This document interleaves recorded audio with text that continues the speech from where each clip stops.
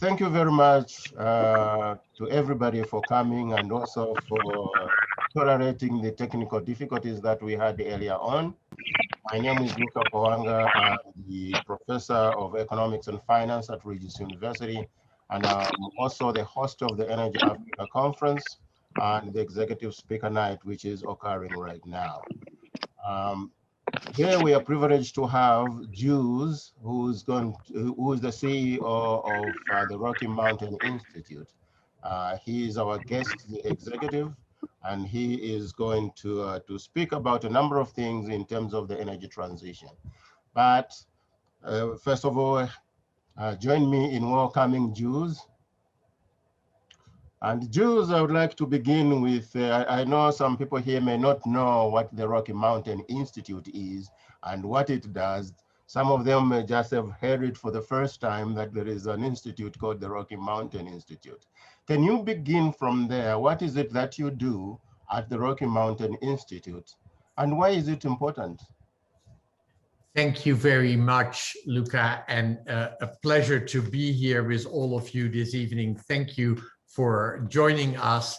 I look forward to sharing some of my thoughts. So at RMI, we wake up every morning to transform the global energy system to secure a clean, prosperous, zero carbon future for all. We have been working on the mission of a sustainable energy system for close to 40 years now. The Institute was founded 40 years ago by Amory Lovins, who is truly a guru and a very well-known expert in the global energy space. He studied at Harvard and at Oxford before becoming the youngest Don at Oxford ever, then returned to the US to teach at Dartmouth, but decided that the better idea was to have an independent institute located in the mountains near Aspen, an inspiring place where the natural setting would inspire people to think about a sustainable future. Over the last 10 years, our institute has grown dramatically from the foundations that Amory created. And we've grown so significantly because, of course, we are facing a planetary emergency. We all know that the climate is warming dramatically faster than we had ever foreseen. As a result of the emissions of greenhouse gases, 70% of which are associated with our energy system. Whether it is CO2 that results from the burning of fossil fuels, or methane, which gets leaked as part of the natural gas supply chain, or which comes out of waste dumps, or some of it which is the result of agricultural practices. So at RMI, we work to move us towards a sustainable energy future that is now within reach. And that is the exciting part of our work. Increasingly, we are seeing that the technologies that are going to bring us to a low carbon future are becoming more and more viable. And that is what is the core of our work. We are now an institute with almost 400 people. Our annual budget is about $100 million. We have offices all around the United States. For the longest time, we were just a Colorado-based institution, but now we have offices in New York, Washington, and the Bay Area. But we also have an office in Beijing and in Delhi. We do work in Africa and in the Caribbean and some work in Southeast Asia. So we've grown to become a global organization. Well, thank you. Now, obviously, the title of tonight's presentation is Energy Transition. My question is, how quickly is the energy transition moving forward compared with the historical focus about how this process would proceed? Yeah, it is a good question. And it's interesting, of course, how when you look over your shoulder, many of the forecasts for the energy transition were significantly off. Humanity often has a real challenge to estimate the full impact of new technologies. In the beginning, there's a lot of optimism. And then people sort of get a little bit disappointed, and then it's hard to project how quickly new technologies can come to make a difference. But by now, we see that in many arenas, the low carbon energy technologies are competitive, are becoming the most cost effective. So the speed of the transition is dramatically increasing. And in many ways, this is in line with what we've seen in other technologies. I will remind all of you that this thing, my mobile phone, my smart Apple phone, did not exist 12 years ago. And now there are more smartphones in the world than there are people.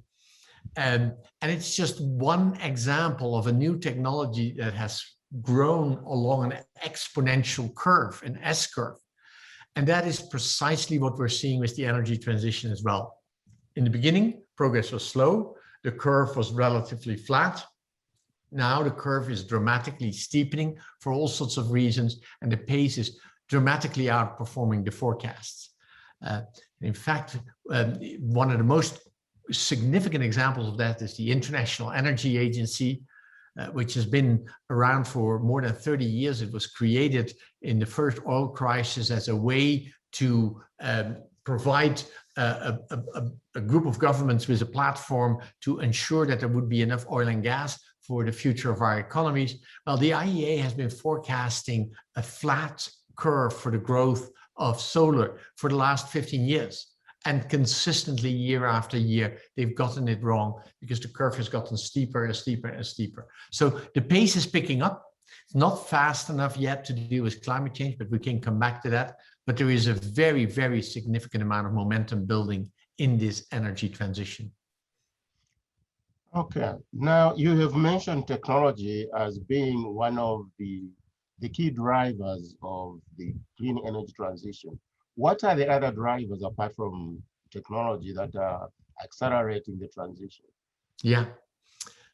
One driver that is very closely linked to technology and innovation is the ongoing cost reduction. It may surprise all of you, but today, all across the United States, electricity produced with wind and with solar is cheaper than to produce electricity with coal. In fact, in many parts of the United States, we can replace an existing coal plant with new wind or solar. So this cost reduction driven by innovation is a very significant factor behind the acceleration. But there are other factors as well. There is the factor that governments have increasingly become concerned about climate change and are promoting and supporting the proliferation of new energy technologies.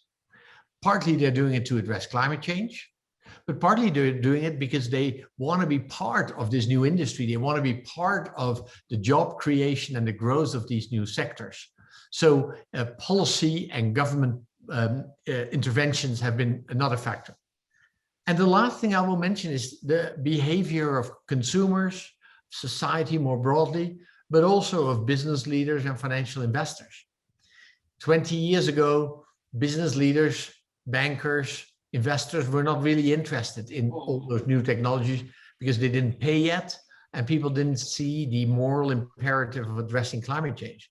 That has dramatically changed. Now people are very focused on the climate change issue. People are increasingly aware of the opportunities associated with the energy transition, job creation opportunities, financial investment opportunities. So society is starting to move and moving in the right direction. Well, you've mentioned quite a number of ways that are actually behind the accelerated energy transition. But can you talk a little bit to how the clean transition is going to evolve in several sectors of the economy? Because obviously, not all of they're not going to advance at the same pace. You can expect others to lag behind and others to move faster. Now, can you just paint a picture for us how that looks like? That's a very good question, Luca, and I appreciate the opportunity to highlight that the overall energy transition is more complex than only wind and solar. I've just been talking a little bit about the momentum that we see in wind and solar. These are now mature industries.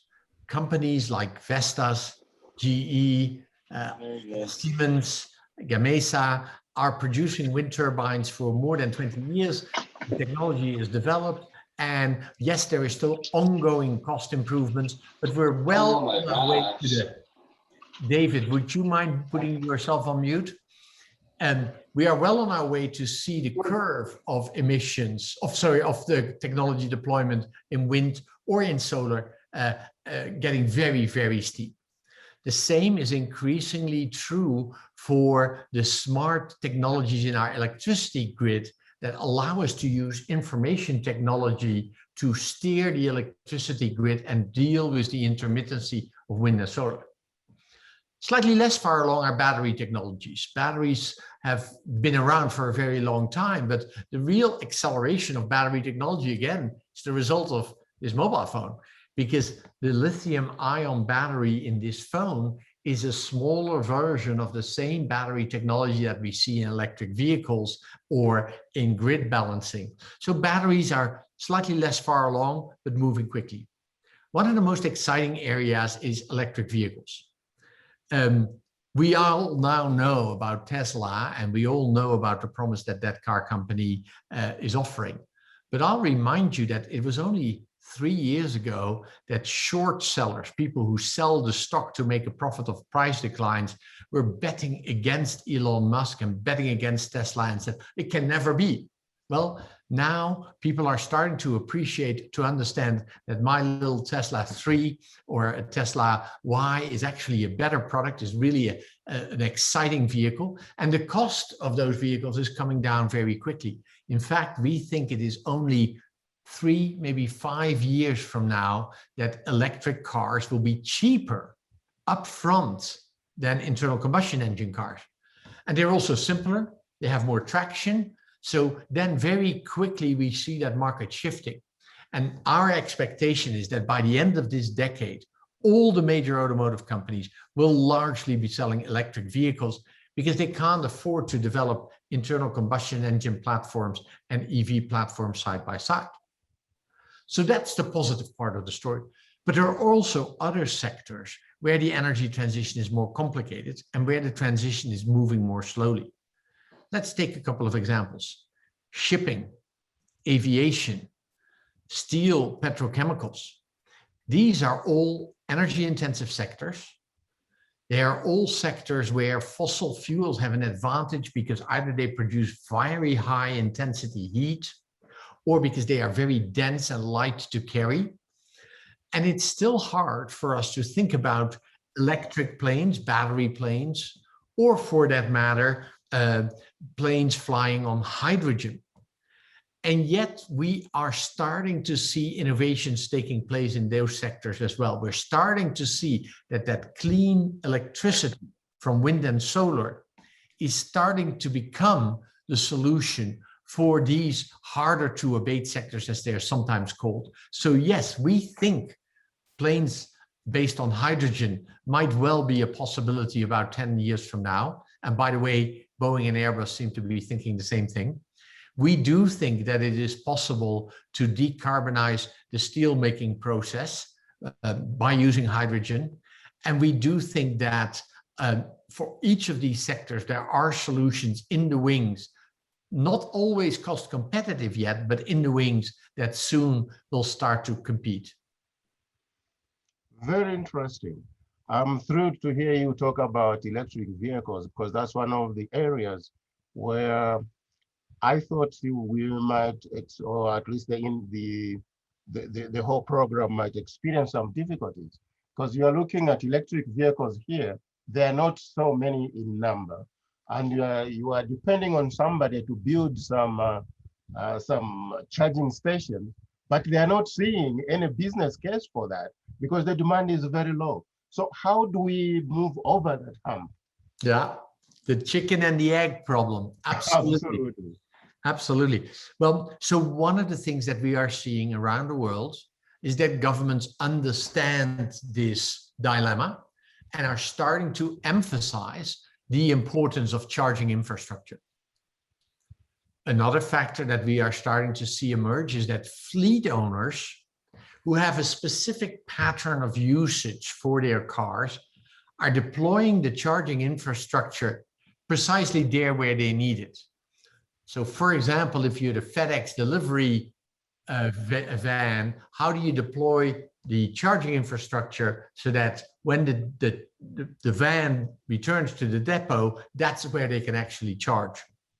And how do you buy the vehicles that have enough capacity to drive all day, short distances, but still a slightly heavier vehicle without having to charge on in the course of the day?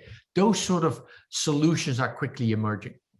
But the other thing that I believe will rapidly now start to push us in the right direction is that the automotive companies do realize very well that developing internal combustion engine cars on the one side and developing much simpler electric vehicles on the other costs a lot of money and is very hard to maintain from a profitability point of view. Developing a new vehicle platform for General Motors costs $2-3 billion, right? And then they can start selling it. But the R&D and product development and factory equipment phase is a very expensive one. They can't afford to do that for a full lineup of electric vehicles and a full lineup of internal combustion engine vehicles. So you see that some of these automotive manufacturers are starting to pivot, are starting to say, we're going to go wholesale into the direction of the new future. And Volkswagen is a good example of that. Volkswagen, for the longest time, resisted the transition. They may even have done some things that were not totally legal as a result of that. Now they are fully committed to an electric vehicle future. And Volkswagen is therefore deploying charging networks and investing in charging solutions to accelerate the build out of the infrastructure while the vehicles are coming into the market. So yeah, there will be a little bit of difficulty here in the beginning, but pretty soon that will flip towards more profitable solutions, business outcomes for both the industry and the infrastructure. Excellent. Now, since we are on the topic of electric vehicles, when are you anticipating the price of electric vehicles to be, or even be lower than the price of, I mean upfront here, the price of the internal engine vehicles, or let's put it this way, gasoline vehicles? Yeah, very good question. And all of this revolves around the ongoing cost reduction of batteries. Because an electric car is actually a much simpler car than an internal combustion engine car.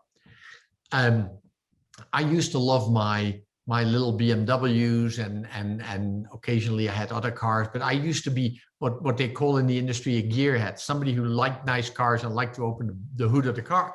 You look at the complexity of what's sitting underneath there. Compare that to the Tesla. It's essentially 4 electric motors associated with the 4 wheels if you have the all-wheel drive, or 2 electric motors if you have the simpler model, and a battery, and that's it. So as a result, the cost of the electric vehicle without a battery is much cheaper than an internal combustion engine car. In the beginning, batteries were very, very expensive, but batteries are coming down in cost with a learning rate of about 25%. What does that mean? That means that every time the globally installed capacity of batteries doubles, the cost of those batteries comes down by 25%. And now that electric vehicles are rapidly going up in volume, and we're starting to use batteries on the electricity grid at scale, and we still have more mobile phones and personal computers with lithium-ion batteries being deployed. As a result, that learning curve is going very fast, and the cost of batteries is coming down very quickly. So on the whole, we expect that somewhere between 2023 and 2025, we'll hit that crossover point where the upfront cost of an electric car will be cheaper than the total cost the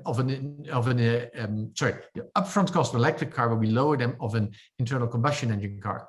And all the other benefits still stand, right? Your fuel costs are much lower. Your maintenance is much lower. I mean, I have my Tesla now for 3 years. I've been to the shop once because you don't need to change the oil in the Tesla, right? And your insurance cost is as a result lower. So all of that will start building on top of each other. And finally, I will actually say it's a more fun drive because it accelerates faster. Excellent. I've heard from some of my colleagues who've told me, well, this idea of electric vehicles, that is for the Western world. Because if you look at the developing countries, they don't have that kind of infrastructure.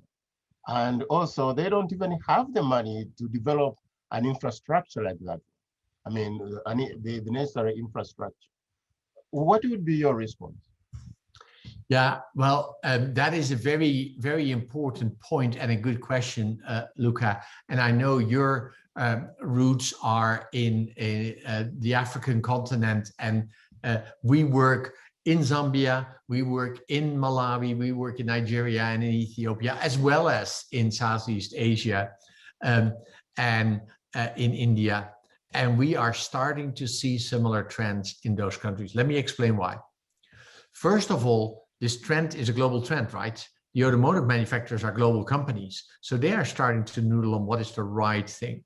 And let's not underestimate how China is actually the largest market for electric vehicles already. But what about India? What about Africa? Well, much of the mobility in those countries is based around minibuses and around 2- and 3-wheelers. And although people don't realize, but this same electric mobility technology is very suitable for powering 2-wheelers, motorbikes, for powering 3-wheelers, tuk-tuks, rickshaws, and also very suitable for powering buses because they make the same tour on the whole. They return back to the same place. They can charge there more easily. So we've been working, for example, with the Indian government to develop the strategy for electric mobility in India. And it is centered initially around 2-wheelers, 3-wheelers, and minibuses. We've helped the governments of Bermuda and a few other places in the world to procure the first electric school buses. And we are starting to see interest from the lessons learned of this for other developing countries as well. And here is one more thing to have in the back of your mind. If the battery can be swapped out, if the battery is not fixed in your 2-wheeler or in your 3-wheeler or in your minibus, but you can actually take them in and out. And that's quite easily done with particularly motorbikes, mopeds, and 3-wheelers. Then the cost of what you have to buy becomes cheaper because you lease the battery for the services and you go to the gas station and you swap out your battery. Hey, now we've actually reduced the upfront capital cost of that vehicle for people, and it becomes a much easier solution. Excellent.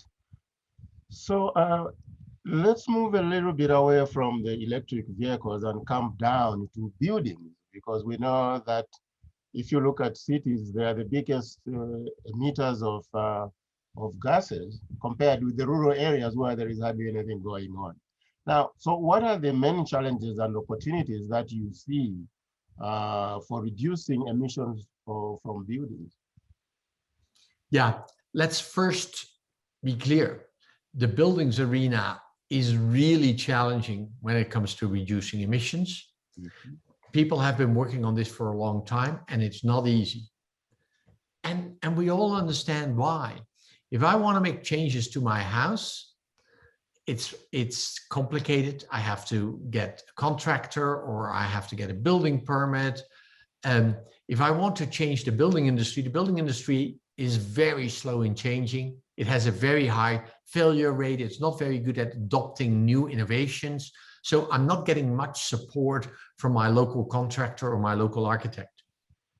But having said that, in the buildings arena, there are now also the sort of technologies that will take greenhouse gas emissions out of the built environment. First of all, there are heat pumps There's of course rooftop solar, right? But that's more a power generation technology. It's putting solar on your roof. That is now a cost-effective solution in many parts of the world, all over the United States, certainly here in Colorado, where we benefit from 300 sunny days a year, right? I'm Dutch. I come from a place where it is raining 300 days a year. But here in Colorado, we have such a sunny climate that solar makes a lot of sense. That's the starting point. But now that I have green electrons, what else can I do? Well, I can replace my hot water boiler. I can replace my heating system with a heat pump. And for the longest time, that was a complicated and expensive solution. Well, heat pumps have become competitive with traditional boilers. So now we can make that change, particularly in sunny places like Colorado.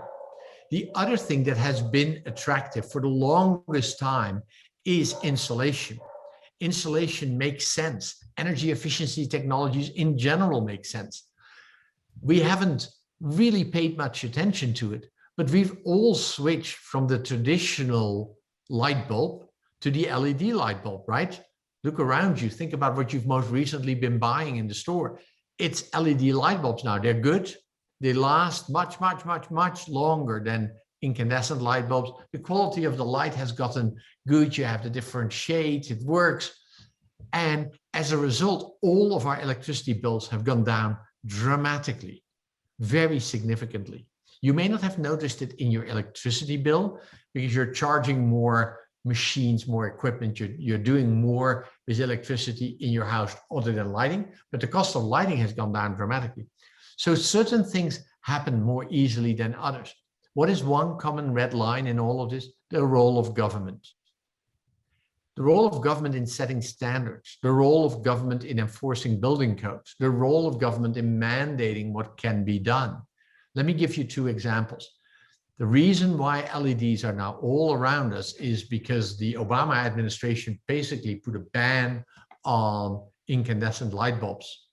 And as a result, the industry that made light bulbs, companies like GE and Philips, said, okay, let's get on with it. We have the technologies, we can make money of it. It's ready to go. The innovation is there.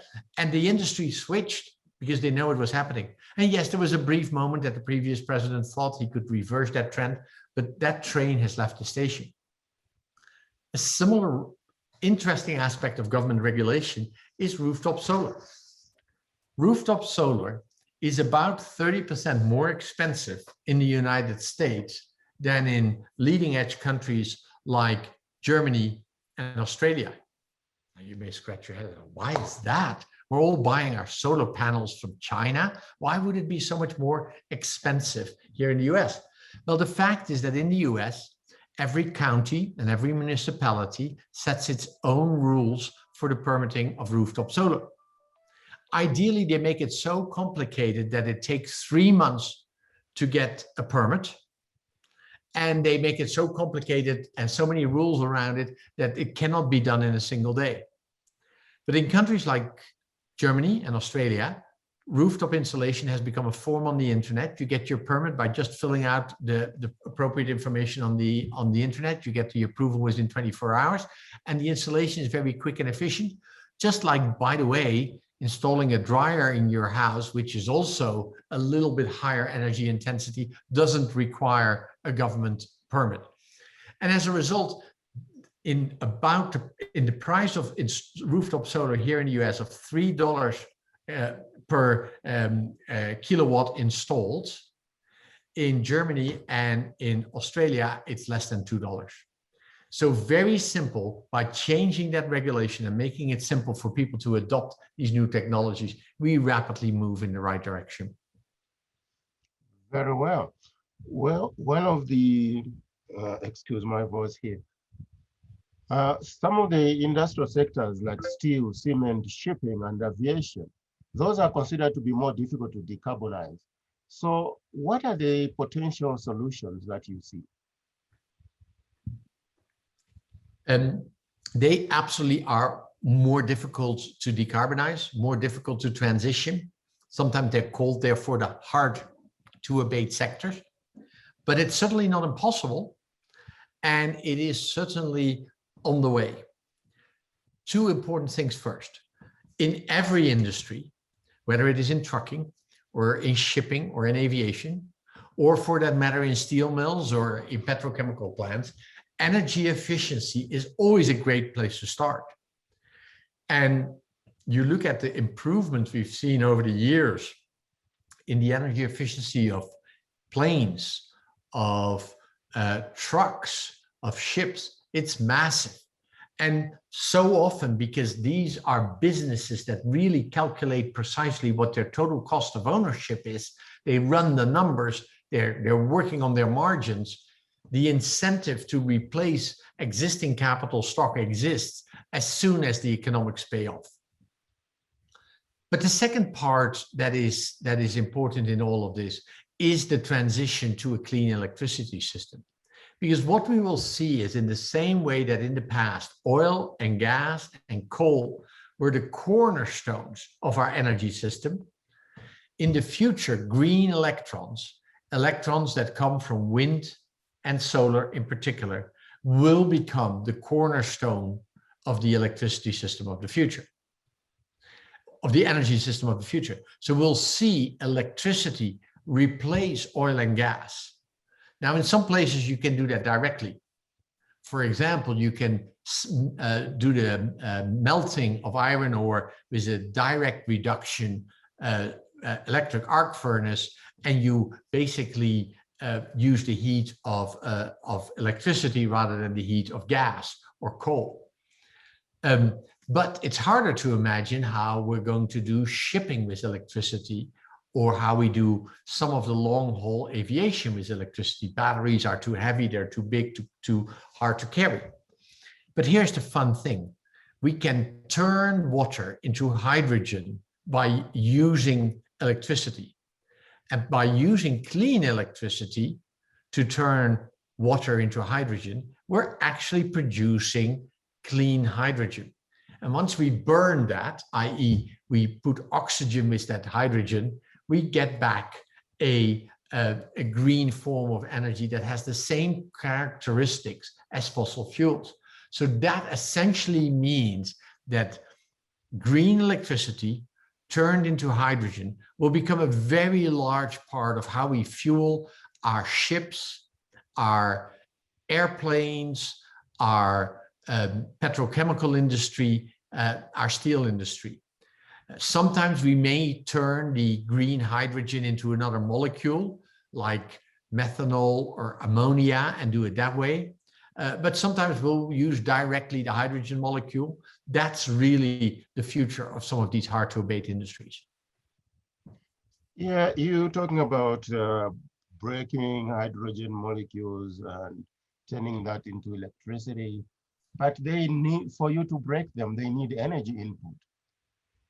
So how is the total cost of breaking the molecules compared with, or hydrogen, okay, let me put it this way, the total cost of creating the hydrogen vehicles or hydrogen energy compared with the existing systems? Yeah, that is a critical point. Right now, it's more expensive, no doubt about it. You have to use electrolyzers. Some of you may have done chemistry in high school. Remember sticking a battery with a plus and a minus, two electrodes into water. That's essentially the process of creating green hydrogen. But at the moment, that is still more expensive than burning natural gas. But here's the interesting thing. With the incredibly dramatic reduction in the cost of green electricity, so much so that wind and solar are becoming abundant and are becoming very, very, very cheap. Soon, it will become cheaper to produce hydrogen than to find natural gas. And at that moment, this system will all flip. When will that exactly happen? We don't know precisely yet, but we don't think it is much further out than 2026, 2027, something like that. You can just project the learning curves. The cost of electrolyzers comes down, the cost of renewable electricity comes down, and we find ways to ship hydrogen through the existing infrastructure of natural gas. And suddenly now we can start using green electrons from the sun and the wind as a way to produce the electricity and the energy that we use in the hard to abate sectors. Very good. So how can the US become more competitive with other countries? You mentioned Australia, and you touched upon some of the policies that are in place. What other things are going to accelerate US being competitive worldwide, so to speak? Yeah, that is another interesting pickle. Look, I'm going to say something controversial here. In much of the world, we have now fully accepted the fact that we're going to make this transition. And politicians and leaders across society are, in much of the world, deeply committed to this transition because of the urgency of addressing climate change. In this country, it's really only one of two countries in the world. Half of the political spectrum still seems to be confused about the science of climate change, even though it is crystal clear, and seems to be wanting to hold on to the energy technologies of the past. And that is the first thing we have to fix if we want to be competitive in the future. Let's make the following analogy. When I was young, just before I went to university, I spent the summer working in a factory. It was one of the last factories that Remington had in Europe to produce typewriters. If the government of the Netherlands, when realizing that typewriters were getting replaced by personal computers, had basically done everything it could to stop the personal computer and to promote the typewriter, the Netherlands would have had a really difficult time to stay competitive, right? Because we might have 2 or 3 typewriter factories, and we might have a lot of typewriting done in the Netherlands, but nowhere else in the world would we be selling those typewriters, and nobody could communicate with the Netherlands over the internet. In reality, the pushback we're seeing on the energy transition from part of the political spectrum here in the United States is like trying to protect the typewriter industry of, I'm going to reveal how old I am, the late 70s, early 80s. If you want to make the change, and if you want to keep the US competitive, we all have to accept it's happening, and we need to be wanting to be part of it. We cannot have senators and House members of traditional oil and gas states or traditional coal states saying, we're going to tax wind because we're going to prevent the energy transition from happening. You cannot have them say, well, we don't want to be part of this transformation. So that's the first thing. The second thing is we need to continue to support and promote innovation. And that's actually where the United States has a tremendous strength. Universities, national energy labs, here in the Colorado area, the NREL lab, great innovation happening, great science happening, great new technologies emerging. We need to support those trends. We need to back those trends. And then the third thing we have to do is we have to have the policies and the regulations that stimulate these new industries. I was just talking about the LED light bulb earlier. The US finally, under the Obama administration, said, yes, we're going to do this. We're going to make this transition. And as a result, companies like GE and Philips started to sort of pay attention. But Europe had already made that decision 5 years earlier. So the early LED factories were being built in Europe, not in the US. And market share in the lighting industry has moved away from the United States. So if you create a tough regulatory environment, you help your domestic industry make the transition. I have one example that is in some ways really quite interesting on that front. About 20 years ago, Vestas, the leading wind turbine company in the world, was a Dutch company. But the Netherlands was not very interested in wind because we had a strong gas industry and we produce a lot of natural gas in the country. So the Dutch government was not promoting gas and was not demanding that utilities deployed wind. Sorry, I think I made a mistake. The Dutch government was not promoting wind, was not demanding that wind got deployed. Denmark, on the other hand, didn't have the natural resource of oil and gas to the same extent, saw the opportunity of wind power and started to promote domestic deployment of wind. Vestas moved its headquarters to Denmark, became a Danish company. It's now the largest wind turbine manufacturer in the world. Ørsted, which is the largest offshore wind company, doing all the development on the east coast of the United States, across Asia now, in the North Sea. Ørsted was the original Danish utility. They had coal plants, but they saw the writing on the wall. They said, we're going to be a leader in this field. So government regulation actually triggers the transition in your domestic industry. And that is what is crucially needed here in the United States as well. I think this new administration is eager to do that. I think they are pushing all the right buttons, but they need help across the political spectrum. Well said. Now, we have been talking about the energy transition. Why is it important? And why do we even need it? Why do we need to do it? Well, in the end, it is because of climate change, right? Mm-hmm. Folks, we are facing a planetary emergency. We are seeing it all around the world, how weather patterns are rapidly changing, much more rapidly than we were forecasting even a couple of years ago. The temperatures around the world have already increased by more than 1 degree. And scientists are increasingly telling us that we have only about 10 years left to significantly bend the curve of greenhouse gas emissions. 70% of those greenhouse gas emissions result from the energy system. The remaining 30% are from land use, agriculture, forestry, etc. If we do not take the drastic measures that are necessary to bend that curve of greenhouse gas emissions over the next 10 years and make sure that our economy is essentially carbon neutral by the middle of the century, then life on this planet for your and my children, for current students at St. Regis, will be dramatically different. This planet will be fine, but not as a habitat for humanity. And that is the reason why we have to take these steps. I'm not a climate scientist myself, but I understand enough of the climate science, and I've listened enough to the climate scientists to understand that truly this is a planetary emergency.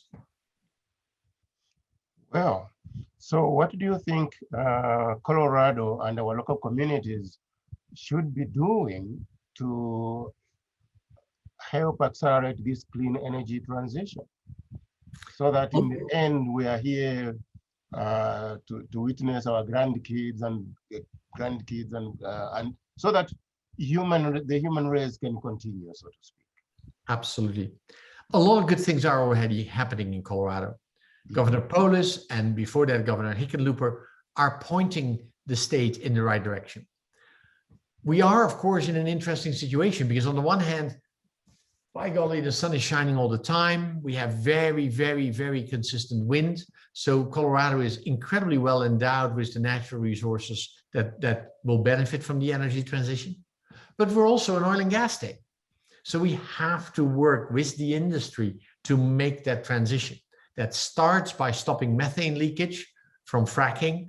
And Colorado has been at the forefront of putting regulations, tough regulations in place to reduce the leakage of methane, which is 86 times worse for climate change than CO2. The governor has put in place measures to continue to drive us towards a clean electricity system. And our local utility, Excel, is also moving in that direction. The cooperative tri-state, which operates some of the power generation backbone for some of the cooperative utilities across the state, is also slowly but surely finally coming to realize that coal-fired power generation is very expensive and outdated. We published a report and showed how much money they were going to lose, and their members said, we need to make this change. And we need to deploy more electric vehicle charging infrastructure, and that is an area where the state can do a better job. And finally, very importantly, and it's a challenge because the building industry is not yet totally ready for it, we need to put in place those regulations that get us to building codes that move us towards taking natural gas heaters and boilers out of our houses, replacing it with heat pumps, rooftop solar, and very efficient buildings. So lots of good things happening already, more that can be done. Excellent. Well, we've talked about almost everything, apart from the person who's making the presentation. So we want to know a little bit more. Who is this messenger? Who is Jules, and what Who is message Jules? is Dick? Yeah. Well, thank you for that question, Luca. First and foremost, I am a husband and father of 4 children, and that is what motivates me on this journey. I feel very responsible for leaving this planet in a safe and habitable way for my children and grandchildren. Mm-hmm. I spent the first 18 years of my life in the Netherlands. 22 years of my life in the Netherlands. I then came to the US after undergraduate degree. I came to the US to do my MBA.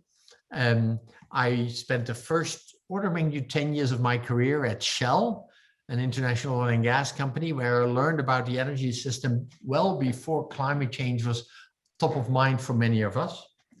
I then spent about 8 years as the CEO of a number of companies with backing of private equity. And it was about 15 years ago that I started to think about how I was going to give back, what I could do in service, and started to become more aware of climate change. So this became my big passion. I briefly served in the Parliament of the Netherlands in the hope that I could help change the rules. I was the founding CEO of the European Climate Foundation. And then I joined RMI about 8 years ago, living here in Boulder, Colorado, which is a great joy, and working from Colorado on the energy transition issues all around the world. Very good. Well, obviously through that process, you were a student at one time, and we do have students here attending this event.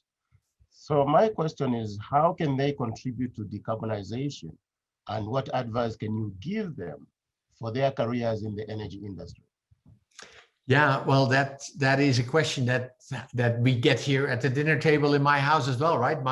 My children are only slightly older than recent college graduates. They're anywhere between 24 and 30.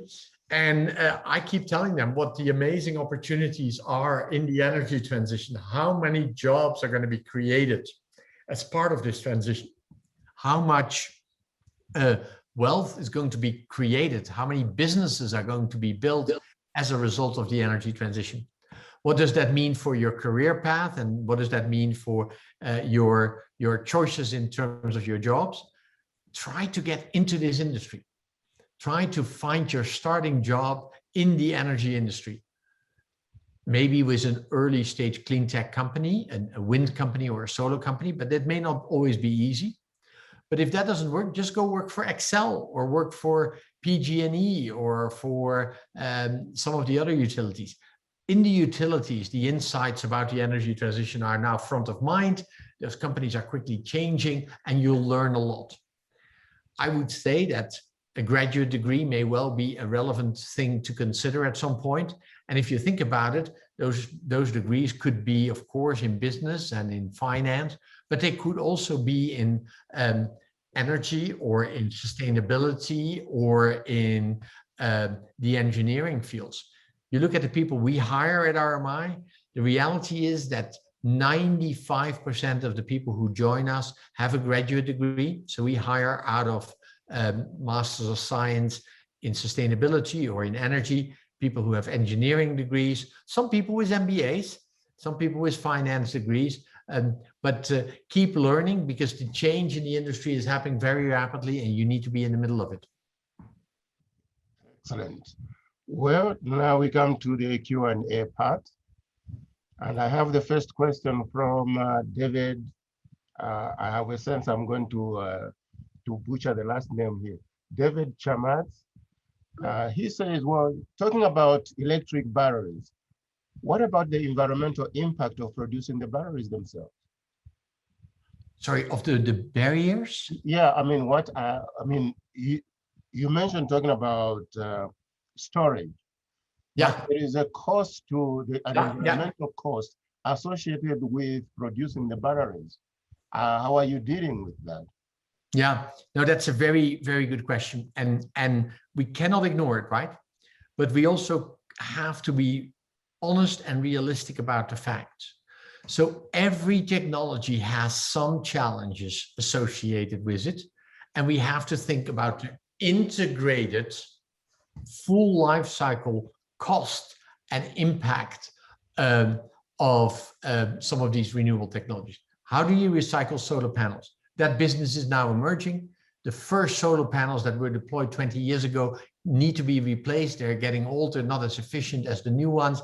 We're starting to see that business emerging. One of the co-founders of Tesla has built a factory, a very large scale factory for the recycling of batteries. People talk about the rare earth minerals, and particularly cobalt, as it relates to the production of batteries.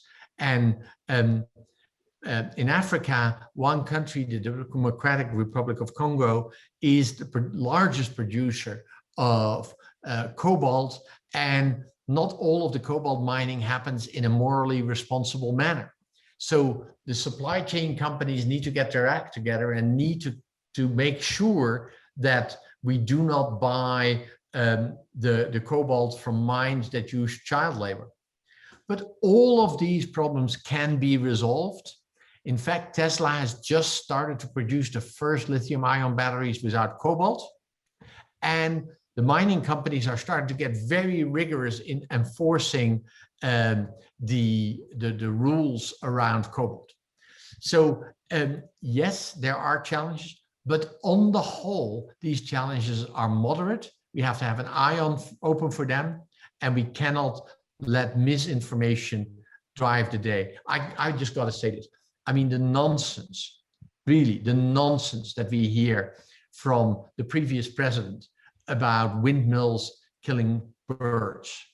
The amount of birds that get killed by tall buildings is a multitude, tenfold more than from windmills. And so when the previous president argued that we couldn't deploy windmills because we were killing birds, yes, we need to do studies about the siting of wind parks to minimize the impact on bird life, but all of his buildings were equally guilty in the threat to wildlife. Thank you. Another question from David. What are the thoughts on the proliferation of microgrids? Yeah, microgrids is the idea that you have a small village or a town or a hospital with all its buildings, or a university for that matter, that says, we're going to put solar, or a little bit of solar and a little bit of wind and battery storage, and we're going to connect all of our buildings to that grid. And yes, we may have a connection still to the bigger grid, but we can also operate on a standalone basis. We believe that microgrids are an incredibly important trend for two reasons. One, they tend to be more resilient. When the Hurricane Sandy hit on the East Coast, there were hospitals with their surrounding buildings in New Jersey that were able to island their microgrid. They were able to work on their standalone basis, and their batteries and their solar panels kept them going while the rest of the bigger area was without energy.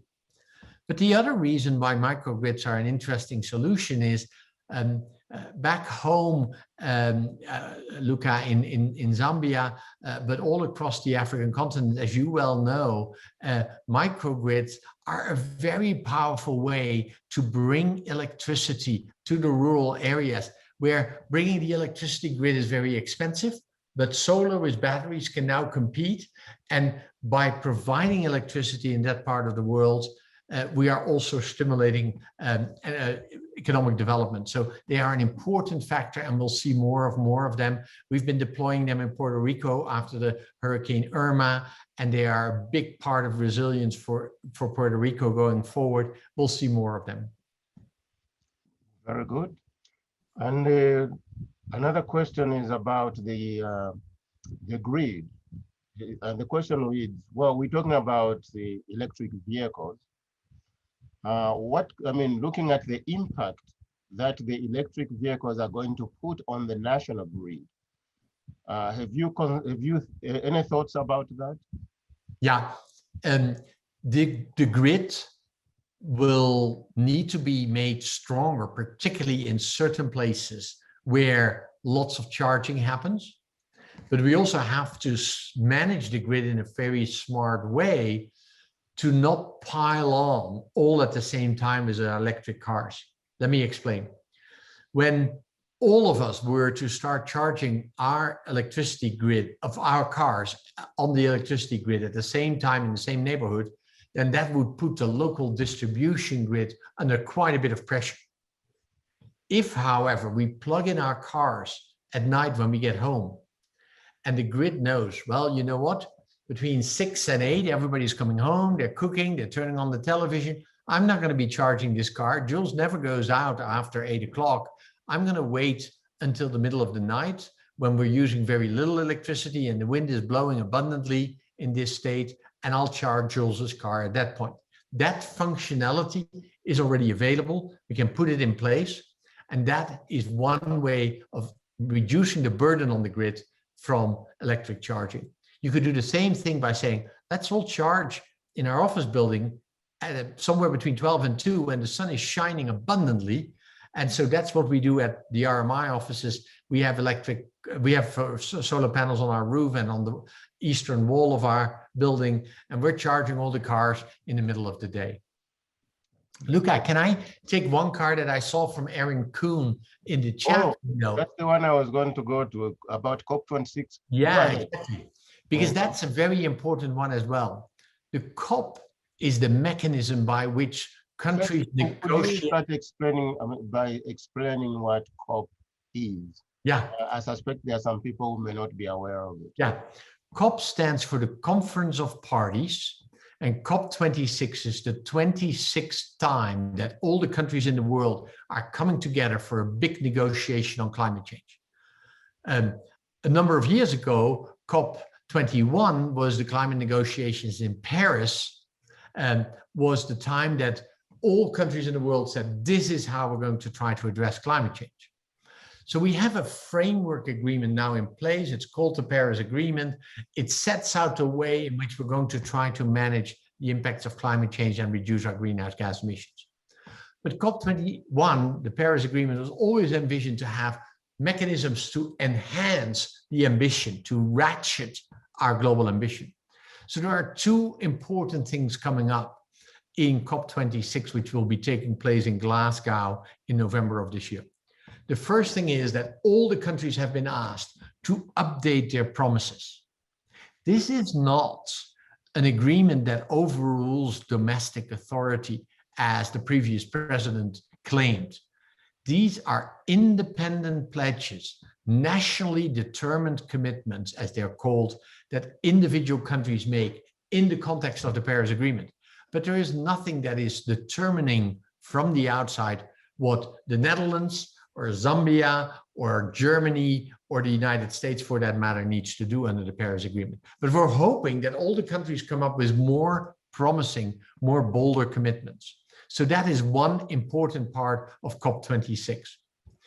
The other part of COP26 is we need to start really seriously helping the global South, developing countries, being part of this transition. In Paris, no, in fact, already earlier in Copenhagen, the developed world promised that they were going to help developing countries. Because let's be honest, 99% of greenhouse gas emissions come from, say, the 30 wealthiest countries in China. And the last 1 or 2% come from developing countries, if you look at it cumulative over time.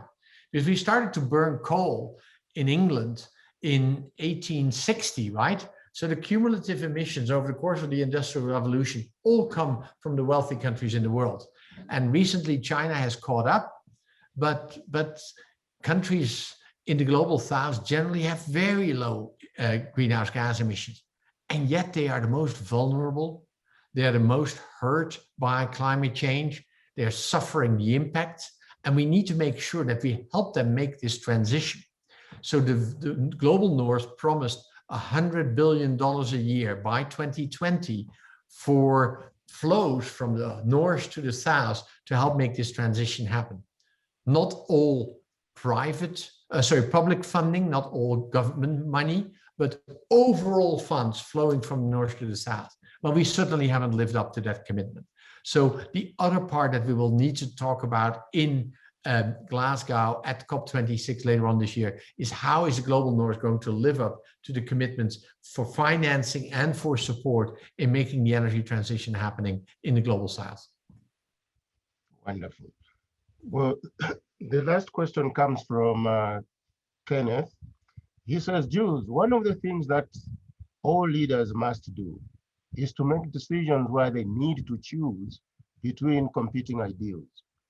In business schools, we struggle to help our students understand how decisions around sustainability are not merely decisions between easy profits, doing business as usual, and what is right, but rather a consideration of a longer timeline that has influence on the planet that is central to any business future. What advice would you have for those future leaders? Yeah, that's a very good and very important question, Kenneth, and thank you for raising it. There are many answers to this question, and we could easily have another hour of wonderful conversation about this subject. But let me just say that there are two things in my mind that make for obvious answers on this. The first one is that we can put a price on carbon to embed it into the decision-making around the energy transition and climate change. If we price the externality, the external impact of greenhouse gas emissions, and we put it in the price so that consumers and business leaders and investors all understand the financial impact, then we would move much more quickly in the right direction. But that still relies on the idea that markets can solve everything. And being a European and having grown up in a slightly different flavor of a market economy, let me be clear, it is still a market economy, it's still a capitalist system, but a slightly different flavor of the market economy. I've grown up with the idea that you manage businesses and financial institutions, that you lead organizations with an eye on all the stakeholders, not just the shareholders, that what you do is in service to the enterprise as a whole and the community it's part of. Yes, if you narrowly define your role as CEO or as investor or as fiduciary, as director, as one of maximizing returns for shareholders, then it's hard to take these other considerations into your decision-making. But that's a totally stupid and naive way of thinking about it. Yes, it is the way that we envisioned the free market economy under Friedman, and I'm a monetary economist by training, and that was how I was trained. I went to what often people describe as the West Point of capitalism, Harvard Business School, and in the 70s and 80s, that's how we were trained. But it was a fallacy. It was not the right answer. Just maximizing shareholder value does not get optimal outcomes for society. And I would therefore argue strenuously that a broader vision of stakeholder capitalism is the crux to the question that you asked. How do we teach people that life is about more than only financial returns?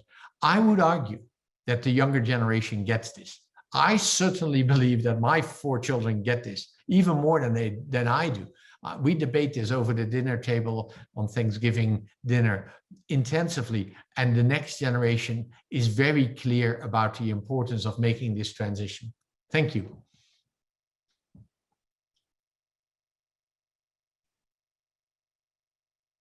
You're on mute, Luca. Somebody did. What if we think about water, to use it to drive cars, to two-wheelers and three-wheelers. What do you say? Well, it would be a dream if we could just use water as is to be a source of energy. But the reality is that water only becomes a source of energy if we separate the hydrogen and the oxygen part of the water molecule. Then we can use that hydrogen as a fuel and combust it, burn it, let it oxidize with oxygen and turn it into a source of energy. So water per se is not a source of energy. Water flowing, of course, is a massive source of energy, right? Think of dams and water pump stations, etc. That's a source of energy. But the bulk of how we're going to use water as a source of energy is by splitting the water molecule in oxygen and hydrogen, and that will in turn require electricity. On that note, I would like to invite you all to join me in thanking Jules. Jules, thank you very much for a highly informative evening. I'm glad we connected. Thank you so much for having me, Luca, and thank you for hosting this. And I hope we have a chance to find other opportunities to work together. Absolutely. Thank you. Thank you.